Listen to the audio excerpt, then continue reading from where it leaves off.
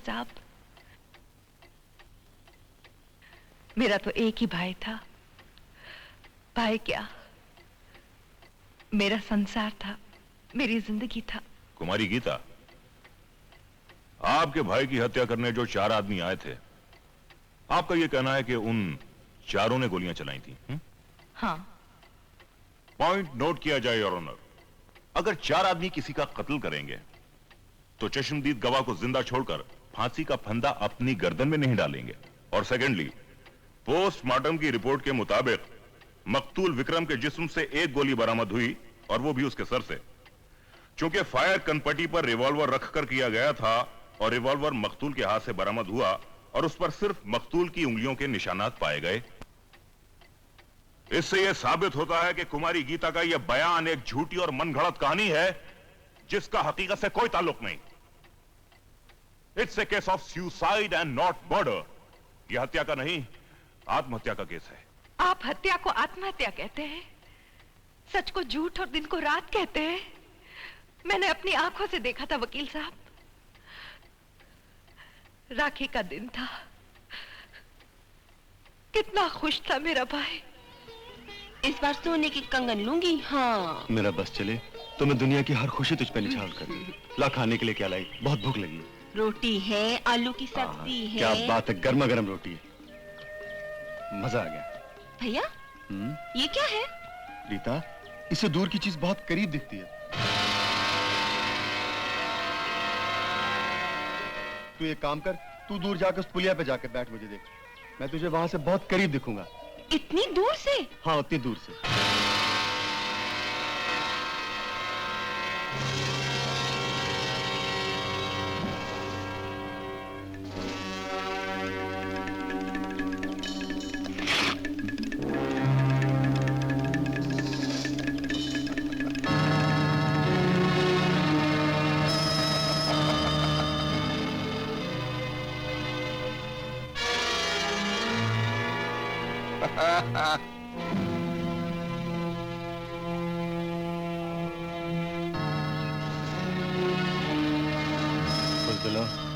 एक निहत्थे के सामने 3 आदमी बंदूक ले खड़े हो। अबे खौंचूक है, तूने की पुलिस के साथ मुखबरी, हमारे कई आदमी ऊपर को पहुंच गए। ये टाइम बात। अगर तू इसके मधुर संगीत के खत्म होने से पहले आकर अपने खेतों से बाहर निकल जाएगा तो हम तुझे माफ कर देंगे। अबे दुर्योधन, तू मुझे क्या संगीत सुनाएगा? अगर माँ का दूध पिया है तो ये पिस्तौल मुझे दे दे। देख, मैं तेरे साथ कोई मुकाबला करने को नहीं आया, करने आया हूं मैं तेरी हत्या। अगर तूने भागना शुरू ना किया तो मैं तुझे खड़े खड़े मार दूंगा, तेरे पूरे खानदान को खत्म कर दूंगा। अबे क्या सोच रहा है? मैं शुरू करता हूं अपना मधुर संगीत और तू शुरू कर दे भागना। बज रहा है, भाग ले। भाग, बज रहा है, भाग ले, बज रहा है। हाँ।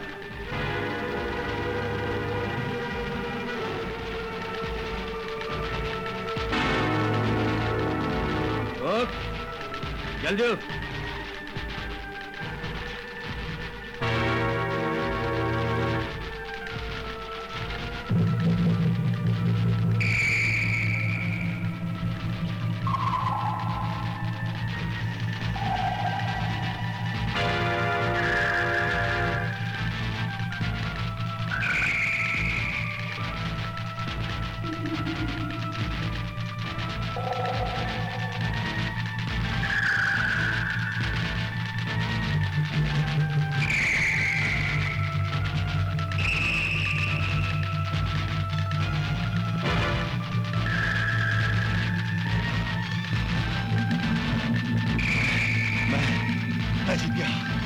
अरे बच्चे, हमारे सामने तो लोग जीती हुई बाजी हार जाते हैं।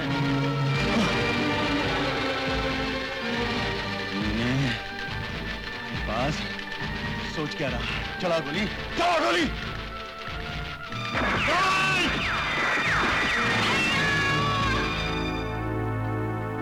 आपकी कहानी अच्छी है, बहुत अच्छी है, लेकिन इसमें कुछ कमजोरियां हैं। योर ऑनर, अगर अदालत थोड़ी देर के लिए कुमारी गीता की इस झूठी कहानी को सही मान भी ले, तो मैं अदालत को यह बताना चाहूंगा कि कत्ल के दिन मेरे ये तीनों मुवक्किल मौके वारदात से 100 किलोमीटर दूर थे। और रही चौथे आदमी की बात, तो मेरे ख्याल से वो महज एक फर्जी किरदार है। इसका आपके पास कोई सबूत है योर ऑनर।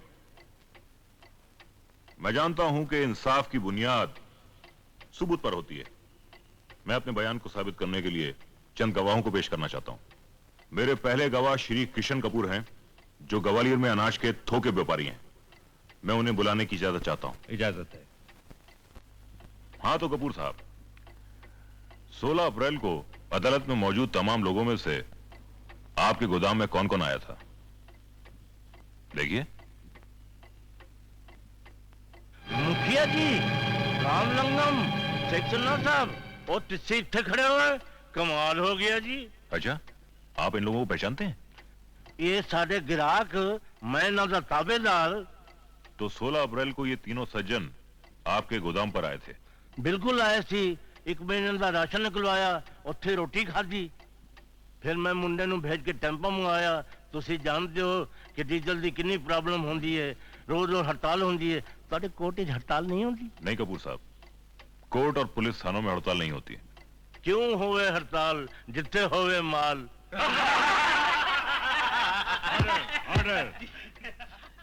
हाँ तो कपूर साहब, ये तीनों साहिबान आपके गोदाम में कितने बजे आए और कितने बजे गए? वकील साहब, तुहानू की दसा, ये तीनों सवेरे सवेरे 9 बजे आए, शामी 5 बजे चले गए। पॉइंट नोट किया जाए योर ऑनर। मेरे तीनों मुवक्किल 16 अप्रैल को सुबह 9 बजे से शाम के 5 बजे तक मौका वारदात से 100 किलोमीटर दूर मिस्टर कपूर के गोदाम में थे। और मेडिकल रिपोर्ट के मुताबिक मकतूल विक्रम की मौत दोपहर को 2 और 4 बजे के दरमियान हुई है। That's all your honour. Your witness?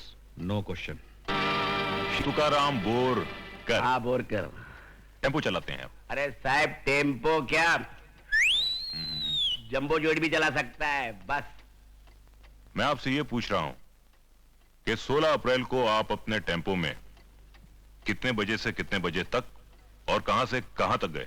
16 April है ना, जरा डायरी बघून सांगतो, आपल्याकडे पण डायरी आहे। प्राइवेट है, तुम्ही काय बघताय? हाँ 16 तारीख 16 तारीख को 5 बजे मुखिया साहब का माल टेम्पो में लोड करके उनका 2 या आदमी लेकर लिंगम और सक्सेना साहब। रामलिंगम? अरे रामलिंगम, हम समझा साहब 8 बजे पहुंच जाएगा, पर नशिबाचा बैलाचा घोट टेम्पोत खरा झाला साहेब।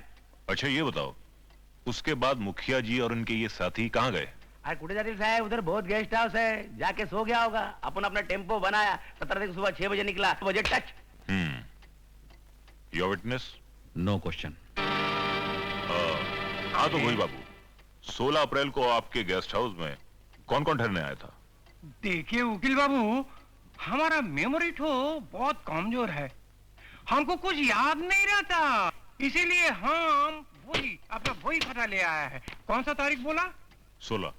16 हाँ 16 तारीख को मिस्टर और मिसेस शर्मा आया, नया नया शादी किया था, शायद हनीमून करने आया। हम दरवाजे पर कान लगाकर सुना तो हमारा कांठो खड़ा हो गया। Order order. उसके बाद आया मुखिया जी, उसके साथ आया सक्सेना और फिर रामलिंगम। रात भर रहा, भोर वाला चला गया। 16 अप्रैल को ये तीनों आपके गेस्ट हाउस में रहे? हाँ। इसका सबूत है आपके पास? ये क्या, उनका दस्तखत इसमें है, सिग्नेचर देखिए ना। योर ऑनर, मैं इस रजिस्टर को बतौर एलबी अदालत में पेश करना चाहूंगा। दे देगा इसको? Your witness? No question. Your honour, यह बात साबित हो चुकी है कि ये तीनों शरीफ आदमी वारदात के दिन इलाके में थे ही नहीं। लिहाजा अदालत से मैं दरखास्त करूंगा कि मेरे तीनों मुवक्किलों को बाइज्जत बरी कर दिया जाए। जैसा कि मैं पहले कह चुका हूं कि इस लड़की के भाई का कत्ल नहीं हुआ, बल्कि उसने आत्महत्या की है। ये झूठ है जज साहब, वकील साहब झूठ बोल रहे हैं, इनके ये लाए हुए गवाह झूठ बोल रहे हैं। मैंने अपनी आंखों से अपने भाई का खून होते हुए देखा है। कानून किसी की आंखों से नहीं देखता, वो गवाहों की शहादत को सुनता है और फैसला करता है। तमाम गवाहों के बयानात और सबूतों को मद्देनजर रखते हुए अदालत इस नतीजे पर पहुंची है कि ये तीनों मुल्जिम यानी मुखिया, मिस्टर सक्सेना और मिस्टर रामलिंगम बेकसूर है। इसलिए अदालत ने बाइज्जत रिहा कर दी। ये इंसाफ नहीं, बेइंसाफी है, कानून का मजाक है। ये सब झूठ है जज साहब, मैंने अपनी आंखों से देखा था। मेरा विश्वास कीजिए, कोई मेरा विश्वास कीजिए।